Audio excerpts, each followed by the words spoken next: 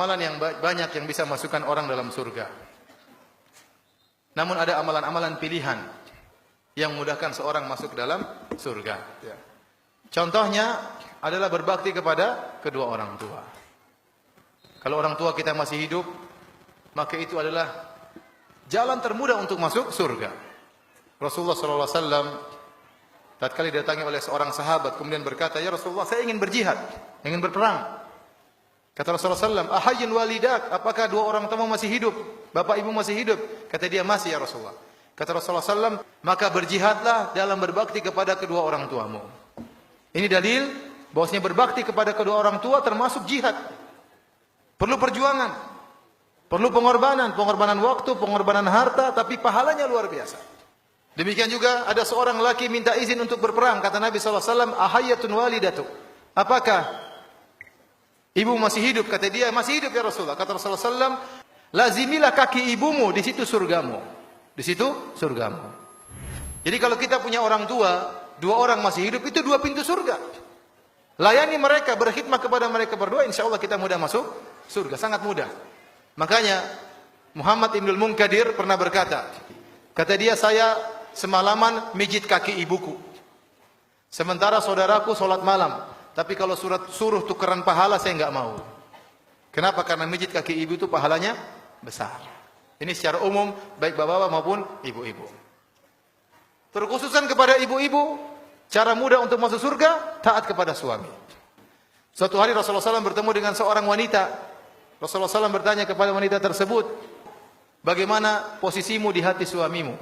Sungguhnya suamimu itu adalah surgamu atau nerakamu?" Kalau seorang wanita taat kepada suaminya, insya Allah mudah masuk surga.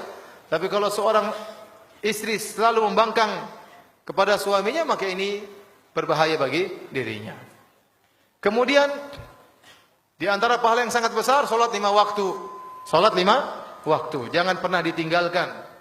Seorang salat 5 waktu adalah modalnya, modal terakhirnya.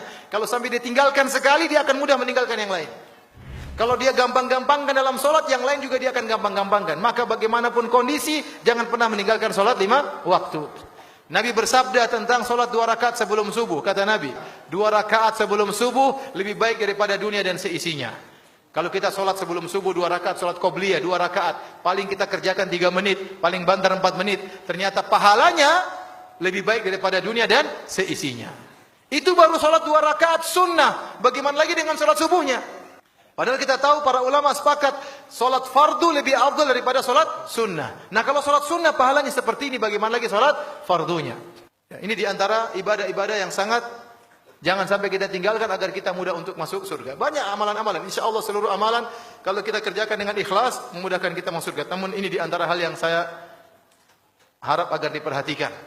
Salat. Kata Nabi SAW, ketika ada seorang datang kepada Nabi, "Ya Rasulullah, aku ingin bisa menemani engkau di surga." Kata Nabi, "Awa ghairu dzalik?" Apakah tidak ada permintaan yang lain? Karena ini permintaan berat, menjadi teman Nabi di surga berarti surganya tinggi. Nabi tanya, "Awa ghairu dzalik?" Tidak ada permintaan yang lain? Kata dia, "Huwa dzak." Yang saya minta itu ya Rasulullah. Kata Rasulullah SAW, "Kalau gitu tolonglah aku agar aku bisa berdoa kepada Allah. Kamu sendiri harus banyak sujud." Kamu sendiri harus banyak sujud. Orang yang bahagia, orang banyak salat, banyak sujud. Kata Nabi SAW, kata Nabi, "Tidaklah engkau sujud karena Allah, kecuali derajatmu akan dinaikkan dan akan dihapuskan dosa-dosamu."